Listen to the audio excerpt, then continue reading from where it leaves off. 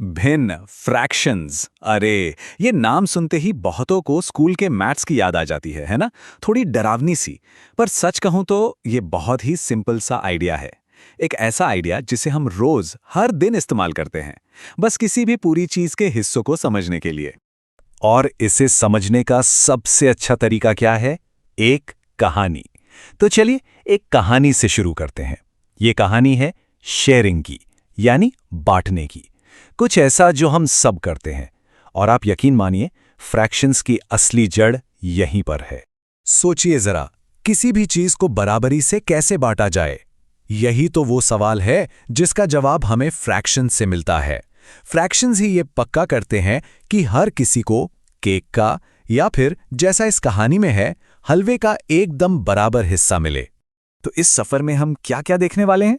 हम शुरू करेंगे बांटने के एक बहुत ही आसान से आइडिया से। फिर फ्रैक्शंस को समझेंगे, ग्रुप्स में फ्रैक्शंस कैसे काम करते हैं ये देखेंगे। और हाँ, कुछ बहुत ही मजेदार पहेलियां भी सुलझाएंगे और देखेंगे कि हमारी असल जिंदगी में फ्रैक्शंस कहाँ कहाँ काम आते हैं। तो ठीक है, चलिए शुरू करते हैं। सबसे पहले सबसे बुनियादी बात, एक पूरी चीज को बराबर हिस्सों में कैसे बांटा जाता है। तो कहानी में क्या होता है? रमेश ने पहले हलवे को आधा किया, 2 बराबर हिस्से। फिर उनके बच्चों अम्मू और अनु ने और छोटे टुकड़े मांगे, तो रमेश ने उन आधे हिस्सों को फिर से आधा कर दिया। और पता है क्या? हर कट के साथ जो हिस्सा बन रहा था, उसे एक नया नाम मिलता जा रहा था। चलिए अब थोड़ा और आगे बढ़ते हैं। अब वक्त है इन आसान से हिस्सों को फ्रैक्शंस के फॉर्मल आइडिया, यानी जो हम किताबों में देखते हैं, उससे जोड़ने का। देखते हैं कि ये नंबर्स असल में क्या कहते हैं। देखिए, फ्रैक्शन कुछ नहीं, बस किसी हिस्से को बताने का एक तरीका है। जैसे हमारे तिरंगे को देखिए, यहाँ पर पूरा झंडा एक होल यानी पूरी चीज है, और ये 3 बराबर हिस्सों में बटा हुआ है। तो चाहे झंडा हो या फिर ये गोला, फर्क नहीं पड़ता, नियम एक ही है।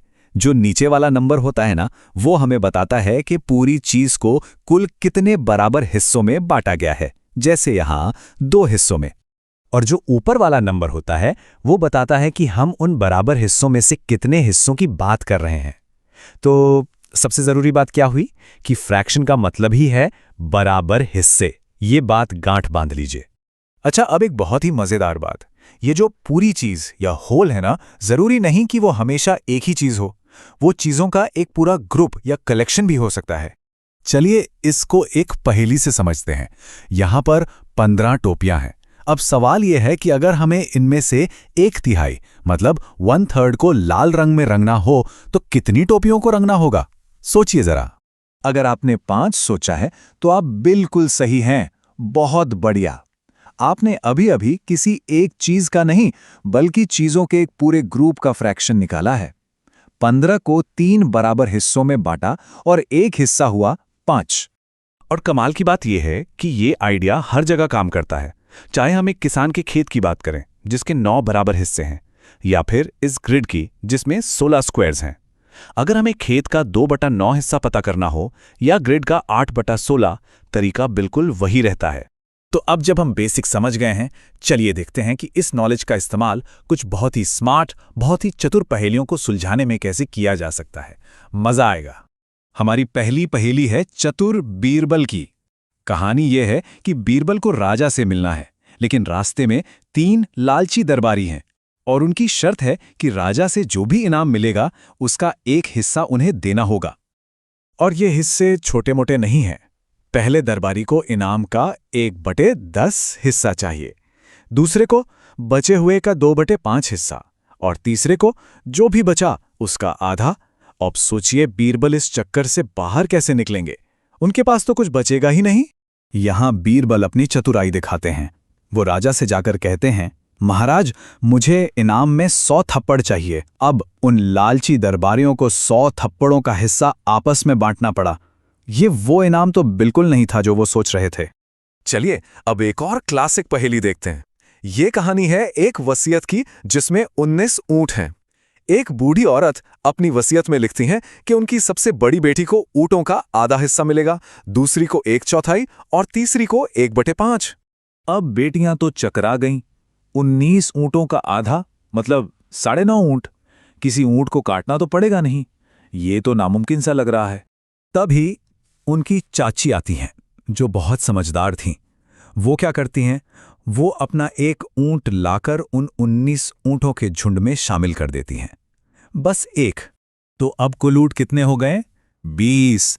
और अब देखिए जादू, 20 का आधा यानी 10 ऊंट बड़ी बेटी को मिले, 20 का चौथाई यानी 5 ऊंट दूसरी बेटी को, और 20 का 5वां हिस्सा यानी 4 ऊंट तीसरी बेटी को। और इन सब को जोड़े तो कितना हुआ? 10, 5 और 4 यानी 19 ऊंट। बंटवारा हो गया, और जो एक ऊंट बचा वो किसका था? चाची का। उन्होंने कहा, ये बचा हुआ एक मेरा है, और अपना ऊंट वापस ले गईं। देखा, बस होल यानी पूरी संख्या को बदलकर उन्होंने पूरी पहेली ही सुलझा दी। ये पहेलियां तो बहुत मजेदार हैं, है ना? लेकिन सच तो ये है कि फ्रैक्शंस सिर्फ पहेलियों में नहीं हैं। हम सब अपनी रोजमर्रा की जिंदगी में इनका लगातार इस्तेमाल करते हैं और हमें पता भी नहीं चलता। कभी सब्जी वाले से आधा किलो टमाटर या 2.5 किलो आलू मांगे हैं, या फिर स्टेशन पर सुना है कि ट्रेन आधा घंटा लेट है। ये सब फ्रैक्शंस ही तो हैं। ये वो भाषा है जिससे हम अपने दिन के छोटे छोटे हिस्सों की बात करते हैं। तो अगली बार जब आप घड़ी देखें या खाना बनाने के लिए कोई रेसिपी पढ़ें, तो हिस्से और पूरे की इस छोटी सी पर बहुत पावरफुल आइडिया को जरूर याद रखिएगा। और जरा सोचिए, आपके आज के दिन का कितना हिस्सा बीत चुका है और कितना हिस्सा अभी बाकी है जिसका आप सबसे अच्छा इस्तेमाल कर सकते हैं।